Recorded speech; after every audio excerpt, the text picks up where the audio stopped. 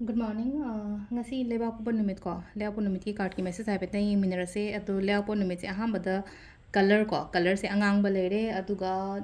akhoi gi number da number 69 leire ko. Aduga amana chak thong matam da red color gi pot ama kai mai na hapo ha na ko hadi khamen sin ba o ro ma che da ma ko na traga any hadi vegetables da red color o vegetables na ko beetroot ni khang de ama ni khang de gajar ne khang de hadi ma che da ma du mai na gumba happy be ko angang ba ma chu gi pot ama hadi cheng su ba matam da ko chak tu ngang han na bana te ko only just maming gi na thada bi ba ko adu du ma to ba ya ko aduga kaino has ne ko card ki message har se aham ba do card message ni minar se aduga timing of sai pe ding se ko ngasi gi na timing of ba kai kai lege ha ba do adu du ma ga yeng se ko adu se de gi 3 cards ka tang to se ko hari no ma gi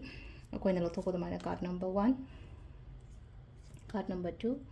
card number 3 ko 1 2 3 ko ahum sidagi ama khala se ko hadi 1 se khansira 2 se khansira traga 3 se khansira ha ba ko first card khan ba yenga se ko first card se ketang ngasi gi oina ketang khara hai tar ko puni nungshi ba wakhan nungai ta ba khota ba khara feel ta gani ko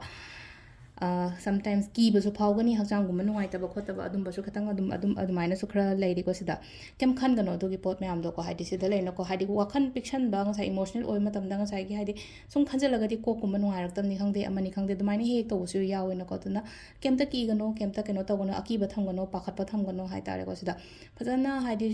meditate kum ba to biyo ko hadi sida emotionally weak orak pa khot pa khoi se mi oi bane sometimes adum yaw re ko no phado hadi ngasi pungning khangnu nungsi bani khangde wa hadi pot ama natraga ama dagi adumaina hai tar ko silai se ko aduga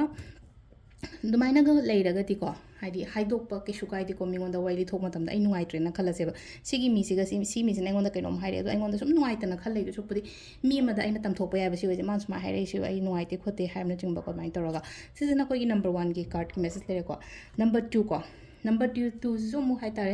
ithanda leiba oina oi ko ngasi gena kashu kai ri ithanda leiba nong phato ithanda leiba matam zo kai ba kem leite mi pun ba khot pa taw ba gi mahota yum da ga leira ko hari thabai khang phajana taw biyo ko ithanda isha da matam pira ga khola ga ko number 3 ko number 3 sina ko sila aise hadi